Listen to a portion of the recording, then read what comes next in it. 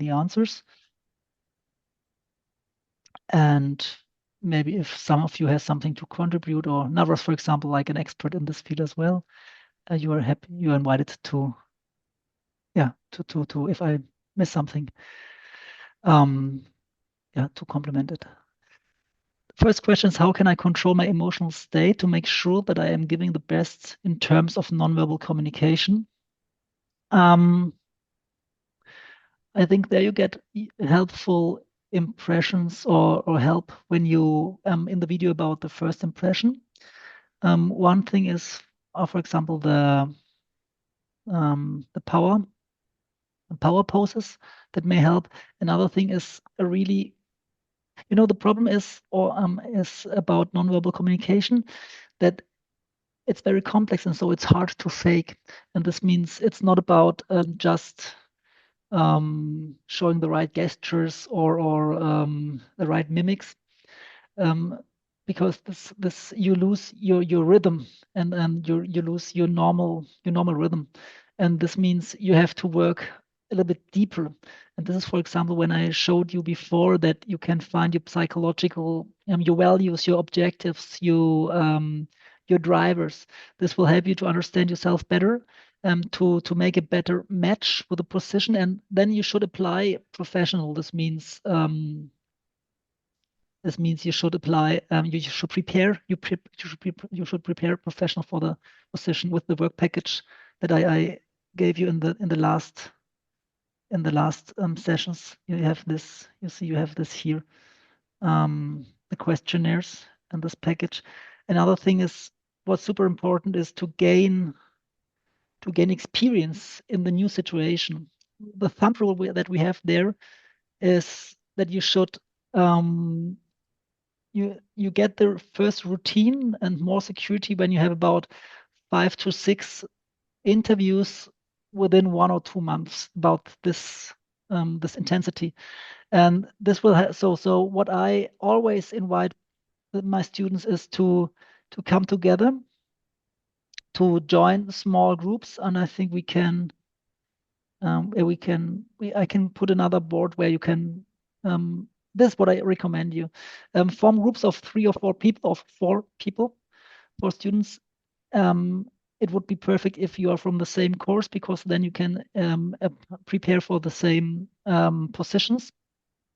And then one of you forms or is the applicant, the other one is the line manager, the third one is the HR manager, and the last one is maybe the business unit manager or the CEO of the company. And then you really imitate or make a mock interview. This means you simulate the whole interview for 1 hour, and you prepare them with the work package that I showed you, everybody for his position, and the applicant for the whole position. It would be ideal if the applicant brings his own position, where he is going to apply for. And when you do this several times, you get an understanding of the different roles that are and their interests and expectations in the interview. And you get I would suggest you to simulate it in real life and to record it, but you can do it online as well, because there will be online videos as well. Another point is to get a deeper understanding for the role that you apply for. That means in doing these interviews that I proposed you in or recommended you in the video about the hidden labor market, that you ask some people. I have this actually, for example, I got a client, and she's applying for a position as a professor at the university, and she's going to have her interview in 1 month on the 14th of January. And I'm coaching her, and so we raised some. I opened my network, and I had another professor from another university, and now I connected them that she can interview him for some just about the positive and negative points of his position. And so she will get on a deeper level a better understanding of the position, and has much more to deliver in the interview. More about that is, for example, get enough sleep. before. It sounds trivial, but we know how important sleep is. Then another point is, I think I recommended it in the video about the first impression. This is this if you make this power anchors. Yeah, I described this, and this will help you to know that you have this anchor. This power point is when you go there, just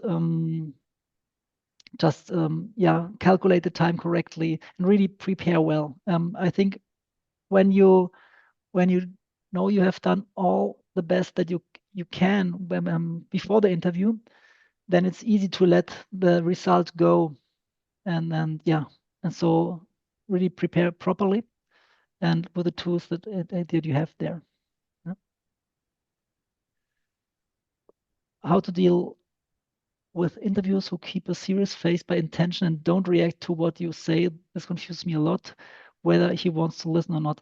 Yeah, this is ugly. Normally, it's not human because normally we tend to reflect or mirror our conversation partners. So it should not happen. When it happens, they really it's very strange, and I don't know, is this a fictive question or did you suffer this in a real interview? This would be a question to the person of you who wrote this. Yeah, actually, I wrote this question. Yeah, Christian, I actually faced these sort of situations in interviews, but those interviews were related to like competitive positions in big companies. But there were like some HRs which were keeping very serious faces, although they were humans, but they were keeping like very serious faces and not reacting to even the correct answers or the wrong answers, like it was a technical interview. So I was Hmm. very confused after that, and Yeah. uh, So this is mm, when they do it, it's on maybe they try to be very professional. It can be that they try to be very professional. Another point is that they try to stress you. Just look if you keep your cool, and you should. I don't know if you remember the story about the interview at Princeton University. Um, in the 70s, they researched the influence of body language, and these were the days where people were much more discriminating, people of color, and so they had a setup at Princeton University, and they had three recruiters and one applicant. And the interesting thing was the applicant was a person of color, and then they video recorded the interview, and they saw that the interviewers were much more offensive and negative in their body language. This means they had more distance to the table. They waited longer. They didn't mirror the answers of the applicant, and looked more critical and things like this about, let's say, dozens of nonverbal negative reactions or not reacting, all the stuff. They compared it how they behaved at other applicants. And the interesting thing is now maybe you get in the same position, and this means that they have a negative um, attitude towards you. But the problem came then. It's hard to keep us cool, and this is really what I want you to do, because the problem came when the applicant in the Princeton study, at some point, he said, okay, he felt the rejection and the negative attitude and behavior of the recruiters, and he started to mirror them, and he did the same. And he said, okay, if they don't have interest in me, I don't have interest neither. He didn't say this by his words. He showed this by his negative, by his body language. He crossed his arms as well and leaned back and more or less lost the interest because he thought that he couldn't make a point. And the interesting thing is that in the end, when they had to consider the and to judge about the performance of the candidate, they said, "Oh yes, did you see his body language? I think he does not have really interest. He was closed and he didn't participated so much. He wasn't really motivated and involved." So I think this is super helpful because when you understand this mechanism, so they started to reject him and he mirrored, and then they took his mirroring as the rational reason for rejecting him. And so this is so what I want you to tell you is when you suffer this, just stay open. I had this in a yeah, it was a not eine Prüfungssituation. I made the formation for becoming a leadership trainer, and in the end there was a final test. Yeah? And one of the commission was looking so angry and so negative, and I said, okay, and he was the head of the pack, so I said, okay, they are going to, you're not going to pass. And then finally I passed, and I said to him, hey, to be honest, when I saw you and others of the group, because it was in a real lesson situation, this means there were a dozen of participants as well. And they said, oh, what's wrong with him? And so and he said, oh, really? Oh, no, I didn't recognize this. And so I think it really, don't let them insecure you. Yeah, it may happen sometimes they are not aware it by themselves, but if you if you let them set the frame and you're stuck with this, I think the best thing is you can do is not to not to be influenced by it. As I know it's super important, super difficult, but this is the only advice that I can give you regarding to this problem. Yeah. Yeah, thank you very much. You're welcome. And I think what he wrote, what we discussed at this question serves for this one very good. Yeah? I don't know if you remember this tool of the power anchor. You remember this from the video? Because if not, I can repeat it. But look for it. It's this may help you a lot, because when you have this power anchor that helps you immediately to get in a better mood, then it will be a very helpful resource. What would be the best solution for a question that you may not know? If it happens once or twice, just be honest and say you don't know the answer. If it happens 3, 4, 5 times, then you're out. But when it happens once or twice, then it's no problem, because you are honest, and this creates trust. So when you really don't know one answer or two, just say it. And maybe you don't understand the question, then you ask him polite for repeating it. But when you understand it and you say, okay, to be honest, I got no idea, then you can say this. It can be that they asked you for some weird the question may sound weird, but they just want to check how you think. Maybe like I said, I think we talked about this the last time, when they ask you for maybe calculate how, I don't know, how big the beer consume in Berlin would be in 1 year. Yeah, so you can't know this, but then they would just want that you look how you think about it, and how you get an idea of what the question could, what the answer could be. Yeah. How long should be the elevator pitch? It should be about 30 to 45 seconds. What to do in the interview if you don't know the answer in a technical interview? Yeah, the same. Sure. Like I told you, if it happens once or twice, it is no problem, because it can build trust. If it happens too often, you should prepare better to avoid this situation. When you're in, then it's too late. But when you try to fake something, you can, the first thing is you ask again for repeating the question. So this means you gain time, your brain can work and look for an interview, for a suitable answer, and or for a clever idea. But maybe you can ask twice if you really don't understand it. Yeah, but then when you just don't have it, just say it's like this. Don't try to fake it, because this will they think, yeah, it builds more trust if you confess that you, for one question, don't have an answer. In the video, it was mentioned that the first one to initiate eye contact should end it, but how do we know who initiated it?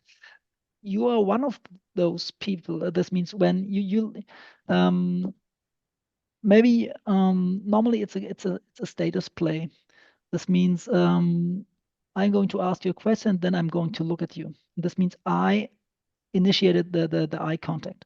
And this means if you look in my eyes at the same time, you and I don't stop the contact, then it's getting about after 2 or 3 seconds, it's getting that tension is coming, and then it's about suppressing the other. It's about who has the higher position on a status level, and so normal is not to challenge the other one, is to stop it again. Yeah, and so the other person should do it.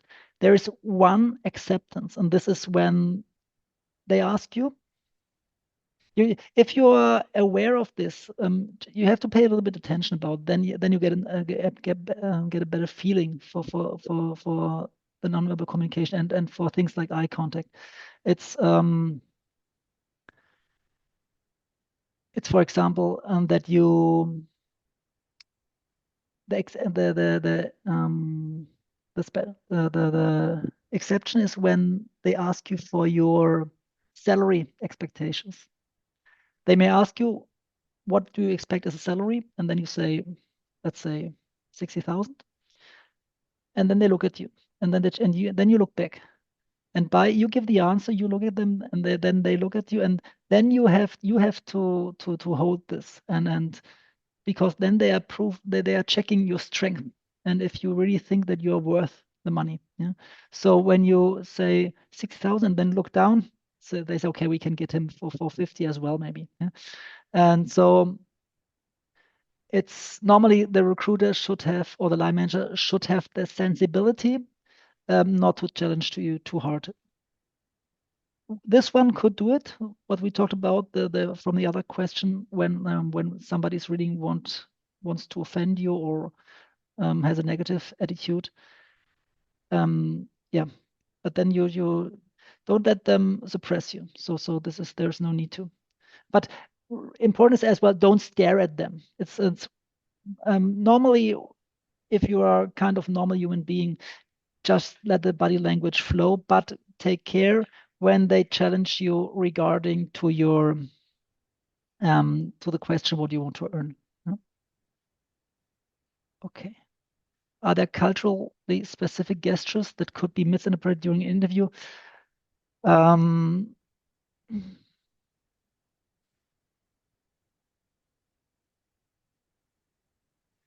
There could, but there normally not, because in the interview itself, there is like of a standard. What you could do, try this. I don't know from who came this question.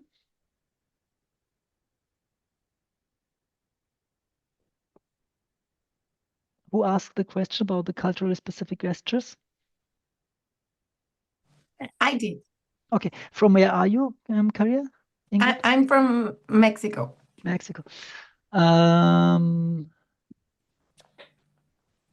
Yeah, I mean, any specific cultural in Germany that I shouldn't do because that means something. I don't know. Yeah, I know one that I had in Brazil when my father lived there for many years, and I remember when I was there in the year 2000, everybody's already was doing this thumbs up, this Facebook thumb. Hey. They were all smiling hey, and giving this thumbs up. And the funny thing, okay, this was for positive, and we in German we say, okay, this is positive. I don't know if you see the camera actually, but you form a ring with your finger, with your thumb, with your index finger and your thumb, and so this had a very negative connotation in Brazil, like they told me. What you could do, I think this is a question that for your specific situation, this means applying as a Mexican in Germany. This is that you could ask ChatGPT maybe. Just ask them if there are culturally specific gestures that Mexicans should tend to show and that could be misinterpreted in Germany. I think it should be able to deliver a result for this. Has one of you an idea or already made, because you are here the foreigners, so this means maybe you already had this experience that you showed a gesture. but now and felt that it was misinterpreted or misunderstood. I think, as we have today a very transparent globalization and globalized world, and we have kind of a American cultural imperialism. We know that, for example, when you sit there and as a man, and you cross your legs and put your ankle over your knee, this forms like a four. This is, for example, clearly influenced by America and wasn't done 30, 40 years ago in Europe. But what I want to say is, as we have a very strong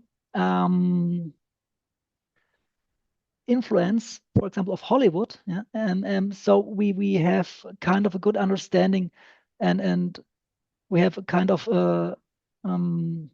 the body language is influenced by many points and is harmonized. So we have not so many global differences like we had 20, 30 years before.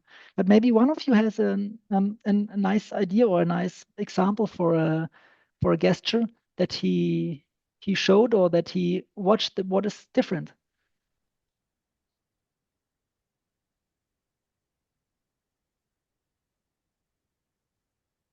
No? Okay, could have been. One example could be, but that it's just a story. It's not something that you would miss. You would have problems in your in the job interview. There is a story about, normally Germans count like this, 1, 2, 3, 4, 5. Yeah? And the interesting thing is that English count like 1, 2. Yeah? This means they showed with the index finger and the middle finger, the 2. And there was a story that British spions, yeah, had when they tried in the Second World War to infiltrate Germany, sometimes they were catched because they showed two different. They showed it on the English manner and not on the German one. But this is just a story. Yeah. How to use the elevated pitch in a hurry, like when the other person doesn't want to hear you. One very important aspect about communication is that you check if you have the acceptance to send. So if the other person doesn't want to hear you, you should think if you really want to send, or if you want to ask if you may come back for when another situation is where he's more open to understand what are you going to say. Yeah, this is from who comes this question, and what could you imagine could this situation be? I wrote the question. Uh-huh. Yeah. So actually, it's like this question I asked because, for example, if we go to some sort of business exhibitions, like where there are a lot of CEOs and they are like interacting, but they are not there for hiring or something like that. And when you go to them and just say hello or something, just talk a little bit, just say one sentence or something, they are like their facial expressions and the things which they are showing, it seems like they don't want to hear and they are busy or something like that. So I asked this question, that's why. Okay, so yeah, good situation. As a good question in this context. The clue is really this KISS principle. This means keep it short and simple. And as long as you ask them somebody, or you tell them something that they are interested in, then you got a minimum of their attention. And so I think the clue is to find out what are their interests. And sure, if they are on a normal fair, they want to find clients. But we know that on fairs always come some people to apply. And this is normally no problem. I think in these days where we have a labor market shortage in many sectors, it's more and more people, more and more companies are open for people that apply there.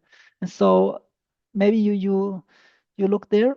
The first thing is, I think it's always about sympathy, and about the relation. And so when you look who's looking, when you get there, maybe at a fair, at a stand of a company, and see that 2 or 3 of them are there, and then one is open, and you say, I want to be on. She's saying, oh, how can I help you? How can I help you? And then you say, to be honest, I would be interested in your company, in applying at your company. And so maybe you could, for me, it would be interesting to know something, how you as an employee, how you feel in this company, or what you like about the company.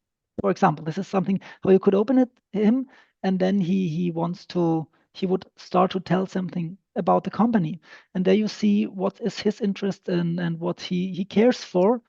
And when he told you something, by letting him talk about the company and by letting him talk about himself, you're opening him. And at the same time, you see what he's looking for, what he cares about. Maybe one will talk about the salary, another one will talk about the cool team.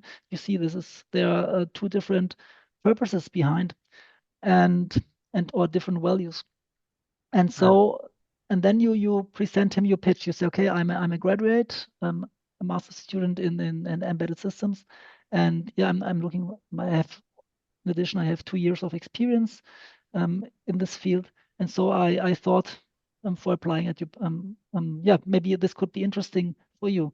And then you ask, you just bring you the sentence, and then you look how he reacts. Thank you. Yeah, you're welcome. Okay. Wonderful. This was, I stopped the recording.